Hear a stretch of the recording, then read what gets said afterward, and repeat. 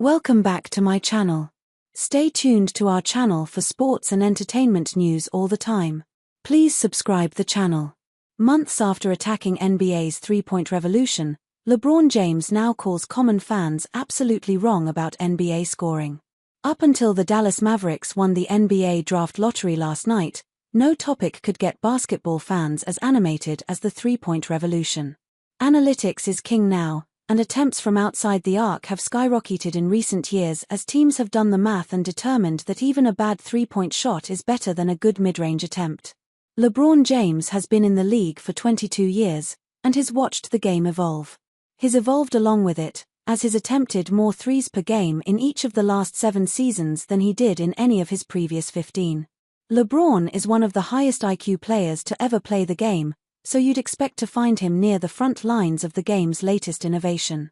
Still, he's been a somewhat reluctant participant, which is also not surprising, given how unstoppable he's been at getting to the basket throughout his career.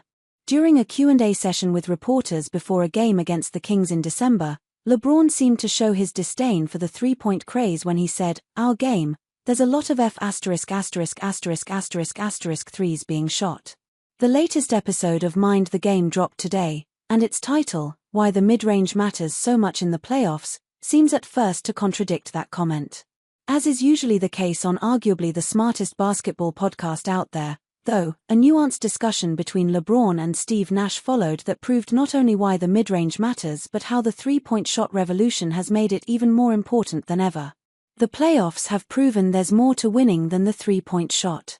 The Boston Celtics won the NBA title last year while attempting the most threes in the league.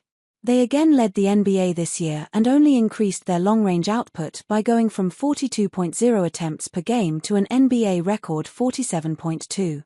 It's come back to bite them in the playoffs this time around, though, as they've been ice-cold against the New York Knicks.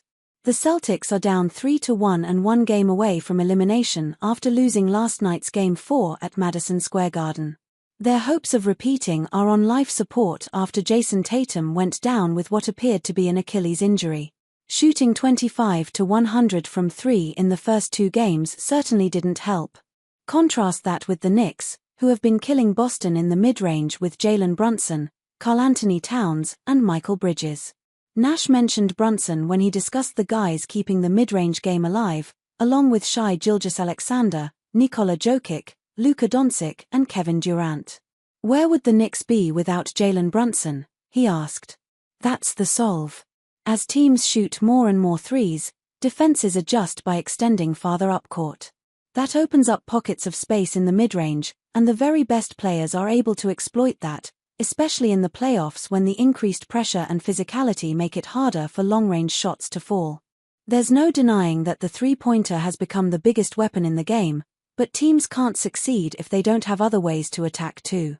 The Bulls, Jazz, Spurs, Nets and Wizards also ranked in the top 10 in threes attempted per game this year, but you don't see them playing right now. The Celtics and Warriors were both in the top 4, and they're each 1 game away from elimination. The Wolves and Thunder are the only other remaining playoff teams in the top 10 in attempted threes, but they have other ways to win. As Nash pointed out, SGA has had the most efficient mid-range season of all time. Anthony Edwards and Julius Randle relentlessly attack the basket for Minnesota, even though both are also capable of making it rain from outside. LeBron agreed with Nash's take on the importance of the mid-range game, but I don't see that as contradicting his comments from December. Watching 2 teams mindlessly shooting threes isn't entertaining to watch, and it's also not that effective.